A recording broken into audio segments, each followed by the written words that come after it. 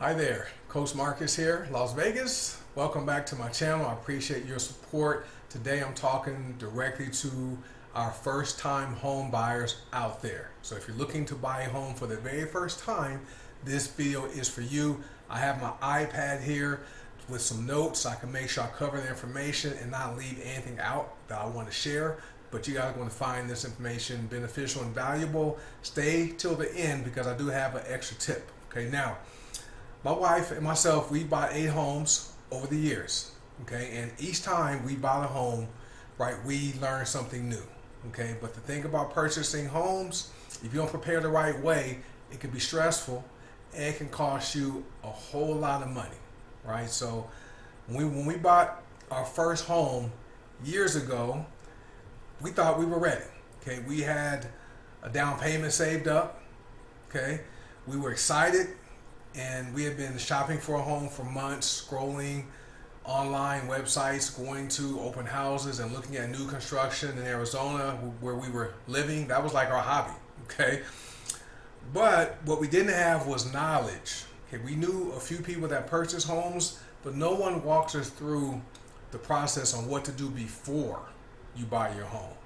I didn't really understand credit scores. I knew you had to have decent credit to buy a home, but I didn't know the minimum credit score to purchase a home.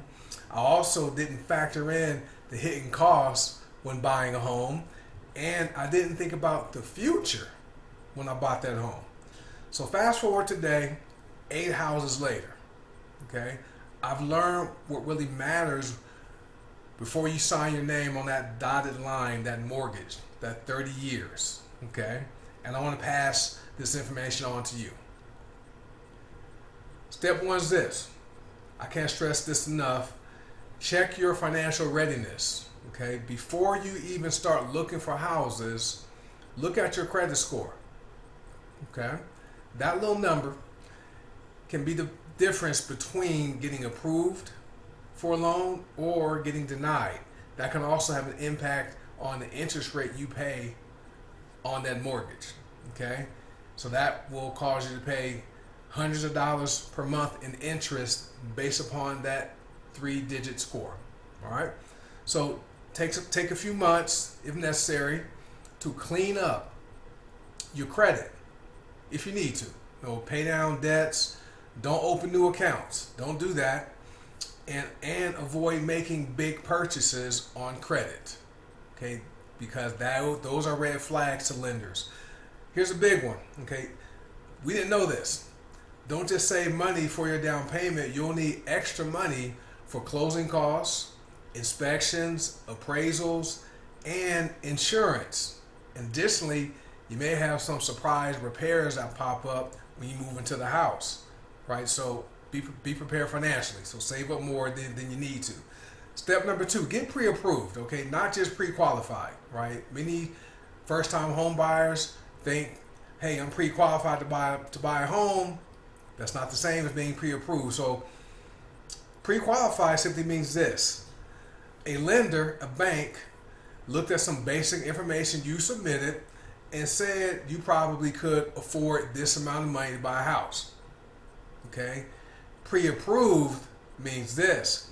The lender has actually looked at your income and verified it, looked at your expenses and your credit, your finances, and they give you a letter that tells you are pre-approved to purchase a home up to a certain dollar limit, okay? And I like the pre-approval letter because when you go and make an offer on the home and you submit the pre-approval letter with the offer and someone is pre-qualified, okay, that makes your offer stronger compared to the person that is pre-qualified, okay? And that is beneficial when you are in the aggressive real estate markets like we've been in sometimes, right? Step 3, right? Know what you really can afford. Okay, I wasn't gonna call it part 3, but this is step 3. Just because the bank says you could afford a $400,000 home doesn't mean you should. Okay, there was a time years ago we bought a house in California and the bank told me I could buy whatever I want. Okay, and I was wise enough to not go out there and pay $1 million for a house. Okay, it was ended up being $500,000, but still, okay, I knew what I could comfortably afford. Now, some things to think about when you're buying a house. Think about property taxes, insurance, utilities, HOA fees, if there is a HOA, that is a homeowners association, and also maintenance of the home. That money adds up. Okay, when I bought one of my first houses, though, when I didn't know, I focused on the purchase price only. My very first house was about price, okay, and not the ongoing cost to maintain the home. And those monthly expenses, they add up, guys. They add up. Okay, so instead of stretching your budget to the maximum the bank says you could afford, remember this: banks make money by lending you money because you pay interest, and the higher the loan, the more interest they're going to collect from you, right? That's how they make their money. So don't stretch your budget to the maximum. Okay, buy below your approval amount. That way you will be able to sleep better at night, and you won't be house poor, and you'll have room for unexpected expenses that come up. All right. Step 4, research the area, not just the house. I can't stress that enough. Research the area, not just the house.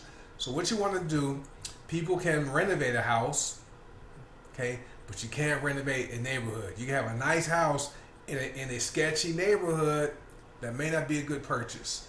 So what you want to do, if you find a home you like, okay, you're on the internet and you see a house for sale, drive through the neighborhood and the community at different times of the day, early morning, midday, especially at night, because nighttime is when a lot of bad things happen, right? Some other things you want to do: check out the schools if you have kids, check out the traffic, okay, check out the shopping, right? What's available as far as amenities for shopping, and even any future development plans. Like, is there a plan to build a warehouse or a factory on the vacant lot next to your community? Okay, so look for signs of growth and stability, not just curb appeal. And my first house I bought, it was nice, but guess what? The traffic getting to work was terrible. It was far. It was a 2-hour commute. Terrible.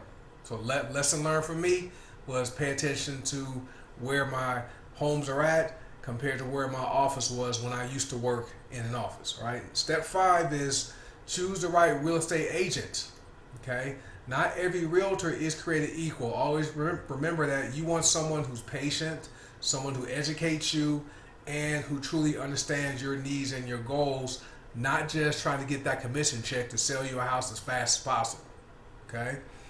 Ask the agent, the realtor, their experience with first-time home buyers, and ask how they communicate. Text, phone calls, emails, okay? The right agent, okay, will guide you, protect your interests, and help you avoid costly mistakes. Okay, we've been blessed to have several good agents with some of our home purchases that negotiate the price for us, got some things thrown in for us. It was great. So, but the wrong agent, they will rush you into doing something you will regret. Sorry about that. Buying a house in an area that's not fit for you. So trust your gut. If something that doesn't feel right or feels off, it probably is. All right. So step 6, never ever skip the home inspection. Even if you're buying a newly constructed home, make sure you have your own home inspection. Okay. Because houses can look great on the outside. Okay. They can patch up things, make it look brand new. Okay. But there could be things happening that your eye can't see, but a trained home inspector can see that. All right. One time I bought a house in Arizona. It looked nice. Okay. Hired a home inspector. They found some flaws and some issues with the house that needed to be taken care of before we bought the house. Right. So it could be plumbing issues, could be windows that might need to be replaced. It could be the AC unit that's old and about to go out. Okay. But having a home inspection has saved me thousands of dollars on repairs. All right. And so the home inspection is your safety net. Okay, my screen changed. That's okay. But that home inspection can be your safety net. Always remember that. Okay. And don't skip the home inspection. Just save a few $100s. All right. Step 7, plan for the unexpected. So home ownership isn't just a one-time cost. It's an ongoing commitment, right? You can't just walk out of a mortgage like you can rent, right? That house, that's yours, right? You want to set aside money every month for maintenance. Okay, a good rule of thumb is to save about 1% of the value of your home every year for repairs. Okay, painting, landscaping, water heater goes out, things like that. Could be a leaky roof, appliances break, microwave goes out. You want to have money to be able to pay for that without going into debt. All right. Now, the bonus tip. All right. So I covered 7 steps. The bonus tip is, just from my experience. Okay. Think long term. Think long term. Like when you're buying your first house, it's easy to think about what fits your life right now, what fits your budget.